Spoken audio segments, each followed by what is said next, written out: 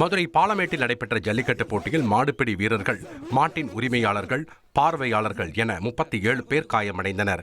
குறிப்பாக மாடுபிடி வீரர்கள் 11 பேர், மாட்டின் உரிமையாளர்கள் 13 பேர், பாலமேட்டைச் சேர்ந்த பெண், ஆரம்ப சுகாதார நிலைய காவலாளி என பார்வையாளர்கள் 13 பேர் என மொத்தம் 37 பேர் காயமடைந்தனர். அவர்களில் பலத்த காயமடைந்த 8 பேர் மேல் சிகிச்சைக்காக மதுரை அரசு ராஜாஜி மருத்துவமனைக்கு அனுப்பி வைக்கப்பட்டனர்.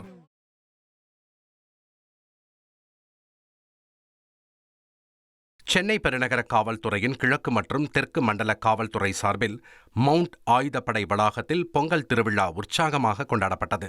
காவலர்கள் மற்றும் அவர்களது குடும்பத்தினருடன் இணைந்து நடைபெற்ற இந்நிகழ்ச்சி ஆட்டம் பாட்டம் கொண்டாட்டத்துடன் களை கட்டியது. பல்வேறு விளையாட்டுப் போட்டிகளும் நடத்தப்பட்டன.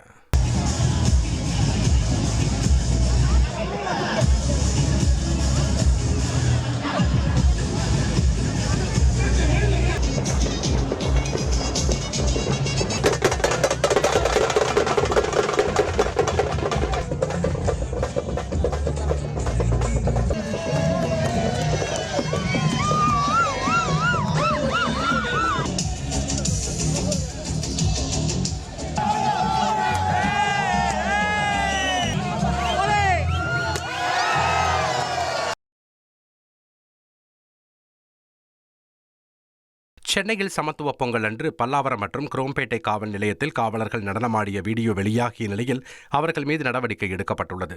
அதன்படி பல்லாவரம் காவல் ஆய்வாளர் பழனிவேல், குரோம்பேட்டை காவல் ஆய்வாளர் தயால் ஆகிய இருவரை காவல் கட்டுப்பாட்டு அறைக்கு மாற்றி தாம்பரம் மாநகர காவல் ஆணையர் அமல்ராஜ் உத்தரவு பிறப்பித்துள்ளார்.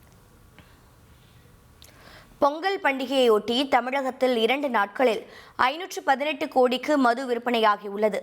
போகி பண்டிகையான 14ஆம் தேதி 217 கோடிக்கும், பொங்கல் நாளில் 301 கோடி ரூபாய்க்கும் மது விற்பனையாகியுள்ளது. அதிக அளவாக சென்னை மண்டலத்தில் 98 கோடிக்கும், மதுரை மண்டலத்தில் 95 கோடி ரூபாய்க்கும் மது விற்பனை செய்யப்பட்டுள்ளது. திருச்சி மண்டலத்தில் 85 கோடி ரூபாய்க்கு மது விற்பனையாகியுள்ளது. நேற்று திருவள்ளுவர் தினம் என்பதால் மதுக்கடைகளுக்கு விடுமுறை அறிவிக்கப்பட்டிருந்தது.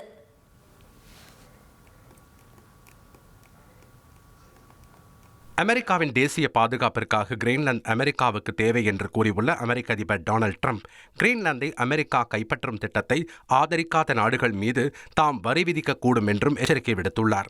அமெரிக்காவின் தலைநகரான வாஷிங்டனில் உள்ள வெள்ளை மாளிகையில் சுகாதாரத்துறை சார்பான நிகழ்வில் கலந்து கொண்ட அவர் செய்தியாளர்களை சந்திக்கும் போது இதனை தெரிவித்துள்ளார்.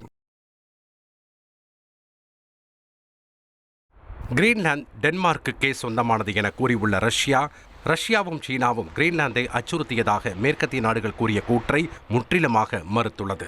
தற்போது கிரீன்லாந்து சந்திக்கும் நெருக்கடி உலகில் தாங்களே நீதி அரசர்கள், மேன்மையானவர்கள் என கூறிக்கொள்ளும் மேற்கத்திய நாடுகளின் இரட்டை நிலைப்பாட்டை வெளிப்படுத்துவதாக கடுமையாக விமர்சித்துள்ளது.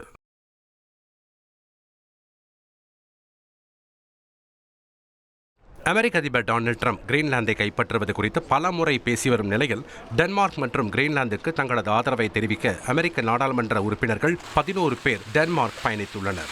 இந்த குழுவில் பெரும்பாலும் ஜனநாயக கட்சியை சேர்ந்தவர்கள் இடம்பெற்றிருந்தாலும் ட்ரம்பின் குடியரசுக் கட்சியை சேர்ந்த 2 நாடாளுமன்ற உறுப்பினர்களும் இடம்பெற்றுள்ளனர்.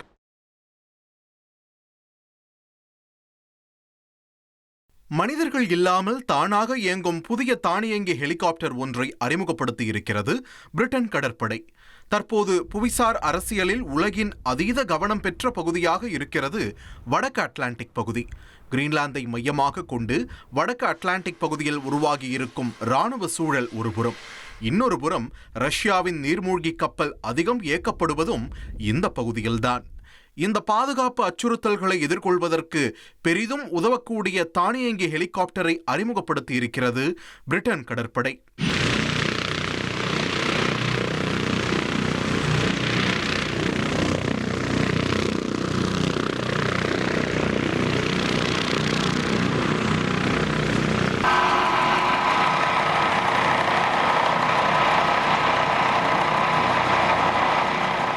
கண்காணிப்பு மற்றும் உளவு நடவடிக்கைகளுக்காக உருவாக்கப்பட்டுள்ள இந்த ஹெலிகாப்டர் கடலில் நடைபெறும் சந்தேகமான நகர்வுகளை கண்காணிப்பது மற்றும் எதிரி நீர்மூழ்கி கப்பல்களை கண்டறிய உதவக்கூடியது. சமீபத்தில் இந்த ஹெலிகாப்டர் வெற்றிகரமாக தனது சோதனை பயணத்தை மேற்கொண்டுள்ளது.